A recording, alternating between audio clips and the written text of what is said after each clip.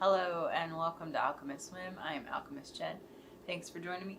I hope it's a good one for you, or maybe it can be still. Who knows? Who knows?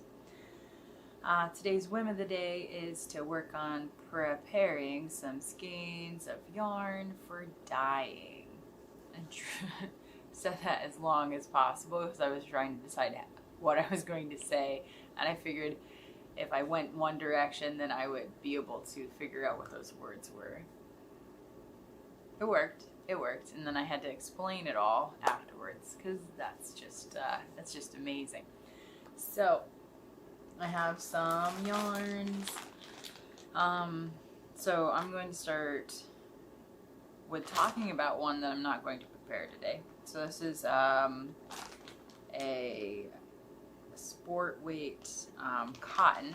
So this is my first time checking this out.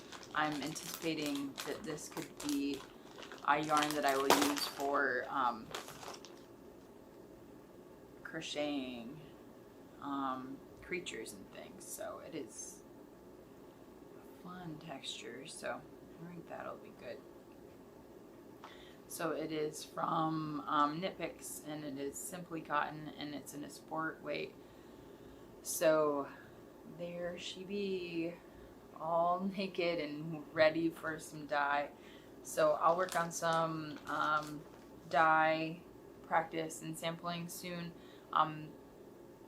Cotton, so it's a cotton yarn. I'm starting mid-thought there. So the process for dyeing cotton yarn is a different thing due to the nature of the fibers and how they're going to connect with the dye. So it is a cold process, and we use Procyon dyes for that. So that is going to be a different process than the yarn that I'm going to prep for tonight for tomorrow dyeing. So I will have to do some planning on this. I've just ice dyed the cotton before, or done sort of a pseudo speckling with cotton, so it's definitely takes longer to sit in the dye, to connect, and to cure.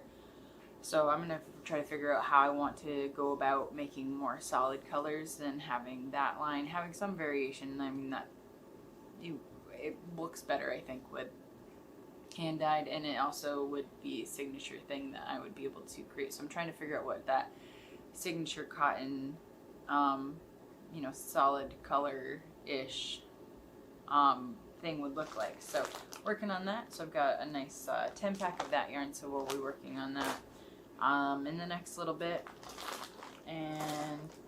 But for today, we're going to prepare some of this luscious Eco Superwash. This is alpaca with nylon, and it is gorgeous. It's my favorite fingering weight stock yarn.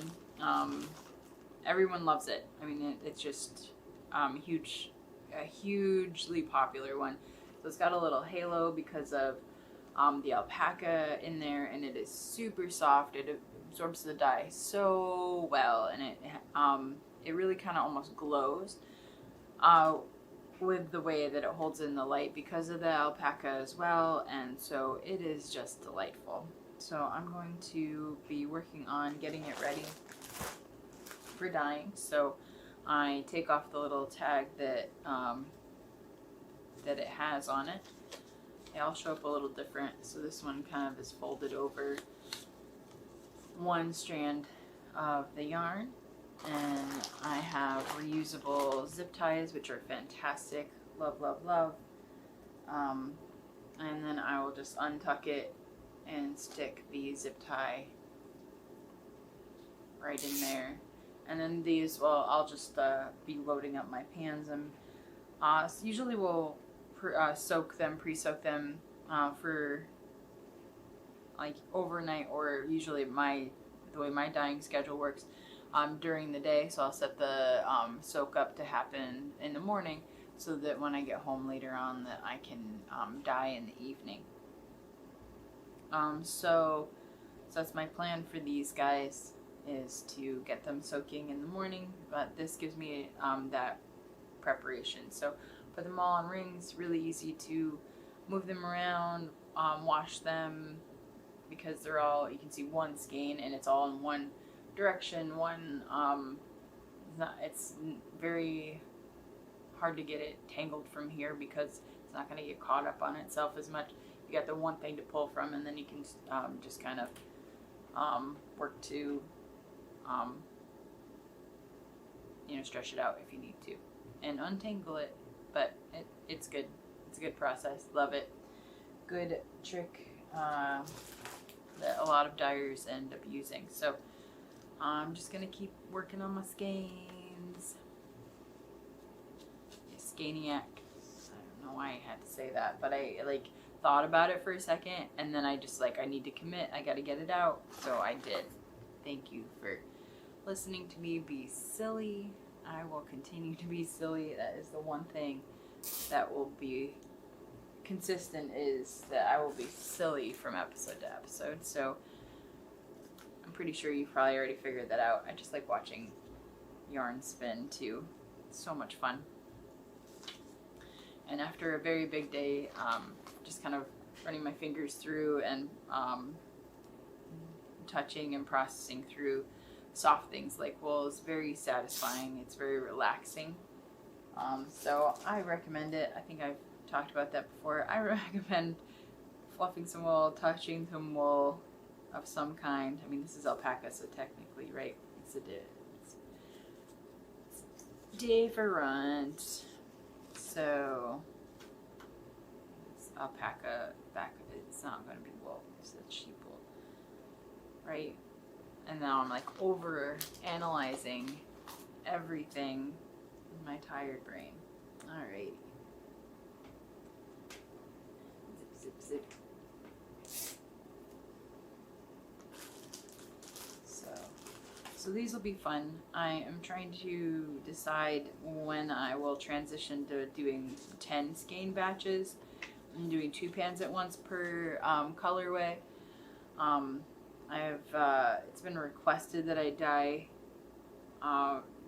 People want more quantity, so I'm considering just switching over to making a little bit more quantity of colors as I do them. So potentially doing just a nice 10 skein batch. So I mean, really what it signifies for me is just my growth. I mean, starting out with one pan or 5 skeins of yarn as I dye, and then the request and the desire for having more of a certain colorway is just proof of that growth, and just things that that are there, and that's happening. Didn't make a lot of sense. Thank you for listening to me ramble. So yeah, so I think I will start. We're looking towards that, trying to order for those things and go from there. So zip, zip, zip, zip. So I have 20 skeins of this one. I got 10 of the cotton as I'm trying to figure it out.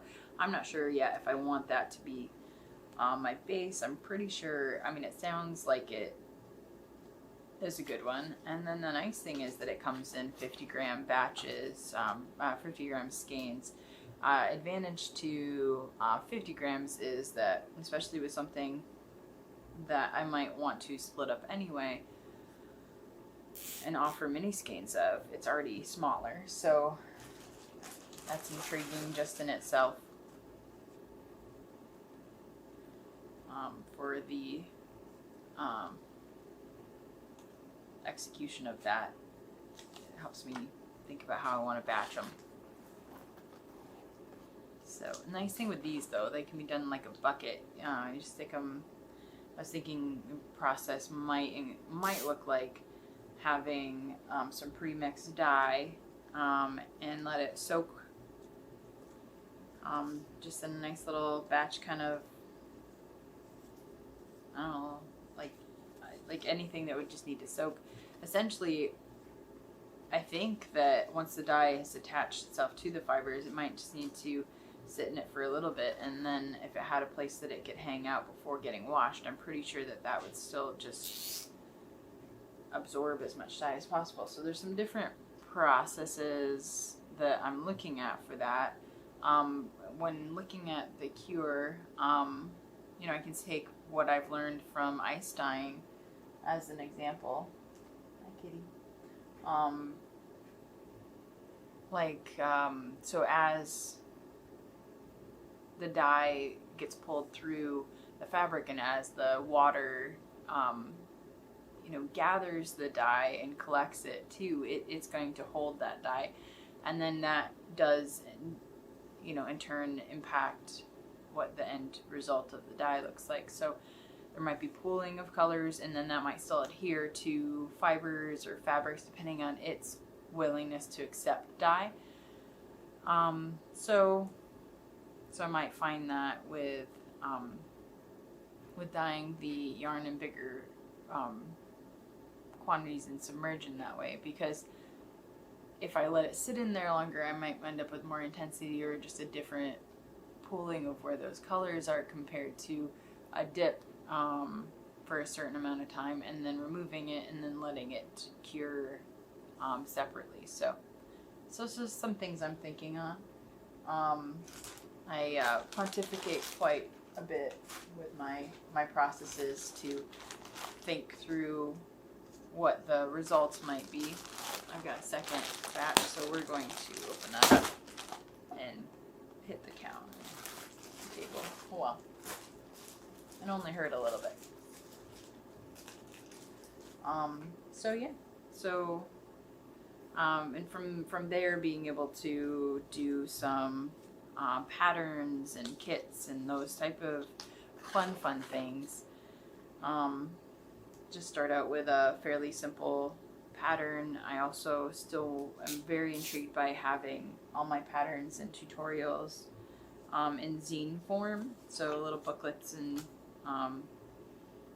just I can self-publish them. I mean, that sounds just kind of fun to have a nice little collection of little zines, so of crafty goodness. And I live in an area that zines are popular and it's well accepted, so I find that that might just be an extra fun little thing I can do and connect with some different audience and fan bases, I guess, in that sense as well. So yay! And it gives me a chance to work on my illustrations. So just gaining more confidence in the skills that I have and the ability to create the art that I want to make in the way that I want to make it. It sounds so fancy. So anyway, so we've been working on getting skeins ready for dyeing. So tomorrow evening I'm going to work on some of this dyeing. I'll get it set up so that I can wash it the next evening.